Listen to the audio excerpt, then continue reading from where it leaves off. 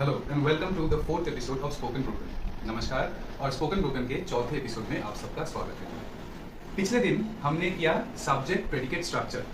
उससे हमें समझ में आया कि एक इंग्लिश सेंटेंस में क्या क्या पार्ट होते हैं, लेकिन हमें जब कुछ बोलना पड़ता है, इंग्लिश में भी हो या बंगाली में हो या हिंदी में हो, हमें उस सेंटेंस का भाव समझना बहुत ज़रूरी है। अगर आप किसी से पूछे कि आप क्या स्कूल गए थे, तो ये क्या हो गया? ये प्रश्नबोधक हो गया। सुनील कक्षा में प्रथम आया। Sunil stood first in the class. ये किसी चीज का आप वर्णन कर रहे हैं जो हुआ है। तो इसी तरह अगर हमें ये समझ में आ जाए कि इंग्लिश में कौन से सेंटेंसेस होते हैं या फिर कैसे कैसे भाव में सेंटेंसेस बोल सकते हैं, तो वैसे ही उस तरीके से ही अगर कोई सिचुएशन आपकी जिंदगी में आ जाए तो उसको भी आप सोच सकते हैं और सोच के ये निकाल सकते हैं कि ये कौन से भाव में है। इस चार्ट को अभी देखें तो चार्ट में सबसे पहले लिखा है असर्टिव। तो असर्टिव सेंटेंस होता है वही जो वर्णनात्मक होता है। आप अगर किसी चीज का वर्णन कर रहे हो, मैं उसे जानता हूं, आई नो हिम, ये ऐसी चीज है जिसका वर्णन कर रहे हैं, तो ये असर्टिव सेंटेंस हो गया। Sunil stood first in class, ये भी असर्टिव हो गया। दूसरा जो है वो है इंटरोगेटिव, यानी कि प्रश्नबोधक। अगर आपको कोई कुछ पूछ रहा है या फिर आप किसी से कुछ पूछ रहे हो, आप क्या स्कूल गए थे, did you go to school, या फिर आपसे कोई अगर पूछ रहा है कि did you go to school, तो वो हो गया इंटरोगेटिव सेंटेंस। तीसरा आता है इंपरेटिव सेंटेंस। इंपरेटिव सेंटेंस वो होता है अगर कोई आदेश कर रहा हो या फिर कोई उपदेश दे रहा हो, उपदेश मूलक या आदेश मूलक, उसको कहते हैं इंपरेटिव। कैसा होगा इंपरेटिव? मैं अगर आपको बोलूं गो देयर, उधर जाओ, डू नॉट गो देयर, उधर मत जाओ। अगर कुछ ऑर्डर कर रहा हूं या फिर कुछ एडवाइस कर रहा हूं, I advise you to study hard, ये होगा इंपरेटिव सेंटेंस। चौथा आता है एक्सक्लेमेटरी सेंटेंस। अगर किसी सेंटेंस के द्वारा आप अपने मन की भावनाओं को दर्शाने की कोशिश कर रहे हैं, ब्रेवो, यू हैव वन, बहुत अच्छा, तुम जीत गए, ये आप में आनंद कर रहे हैं। एलास, ही इज नो मोर, अरे वो हमारे बीच और नहीं रहा, ये दुख आता है इसमें। तो ये हो गया एक्सक्लेमेटरी सेंटेंस। ज्यादातर देखा गया है कि ये एक्सक्लेमेटरी सेंटेंस तक ही सिखाया जाता है, लेकिन इसके बाद भी 3 और आते हैं जिनको सीखना जरूरी है इंग्लिश के सेंटेंसेस में भाव समझने के लिए।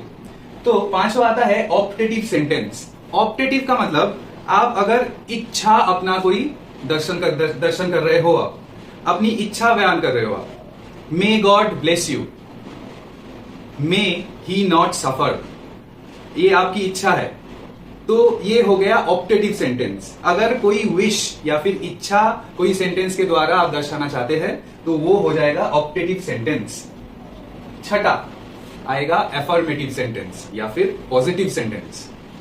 Yes, I will go there, yes, Sunil stood first in the class. ये यस जो होता है या फिर हाँ वाचक, जितने भी सेंटेंसेस होंगे, आपको अगर किसी भी प्रश्न के उत्तर में हाँ बोलना है, हाँ मैंने ये किया है, yes I have done this, वो हो जाएगा affirmative.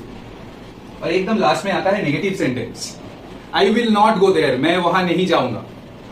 She will not come to school, वो स्कूल नहीं आएगी। जितने भी नहीं, ना वाचक, जितने भी सेंटेंसेस होंगे वो होंगे नेगेटिव सेंटेंस। तो इंग्लिश में यही 7 तरह के सेंटेंसेस होते हैं जिनका भाव आपको समझना होगा, और ये ऑटोमेटिकली ही आएगा। ऑटोमेटिकली मैं बोल रहा हूं क्योंकि अगर आपको समझ में आ गया कि कौन से भाव में बोलना है, उसका अगर आप प्रैक्टिस करें तो आपको बहुत जल्द ये ऑटोमेटिकली आ जाएगा कि क्या बोलना है, कौन से भाव में बोल रहे हैं, कौन से भाव में उत्तर देना है। अभी हमने पढ़ा कि कितने काइंड्स ऑफ सेंटेंसेस होते हैं इंग्लिश में।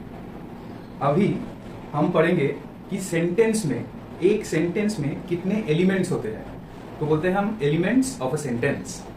तो पहले अगर इस चार्ट को देखें तो सब्जेक्ट प्रेडिकेट को थोड़ा याद रखिए, काइंड्स ऑफ सेंटेंसेस अभी हो गया। अभी हम करेंगे एलिमेंट्स ऑफ सेंटेंस। ये बहुत बेसिक है इंग्लिश का, अगर ये नहीं सीखेगा कोई तो ऐसे ही किसी को देख के या फिर किसी की सुन के नहीं सीख पाएंगे, क्योंकि ये दिमाग में होना जरूरी है।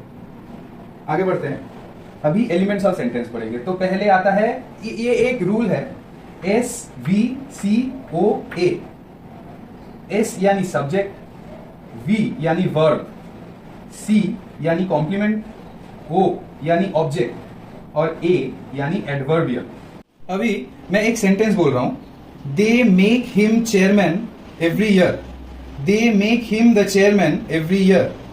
दे, अभी अगर सब्जेक्ट प्रेडिकेट में हम थोड़ा वापस जाए, दे हो गया सब्जेक्ट, मेक बनाते हैं, वो हो गया वर्ब कुछ करना, डूइंग समथिंग। कॉम्प्लीमेंट हो गया द चेयरमैन, वो उनको क्या बनाते हैं, चेयरमैन बनाते हैं, तो चेयरमैन हो गया कॉम्प्लीमेंट। ओ ऑब्जेक्ट हो गया हिम, वो किन्हें बनाते हैं, वो अगर सब्जेक्ट है किन्हें बनाते हैं, हिम हो गया ऑब्जेक्ट। एवरी ईयर मतलब हर साल, ये हो गया एडवर्बियल।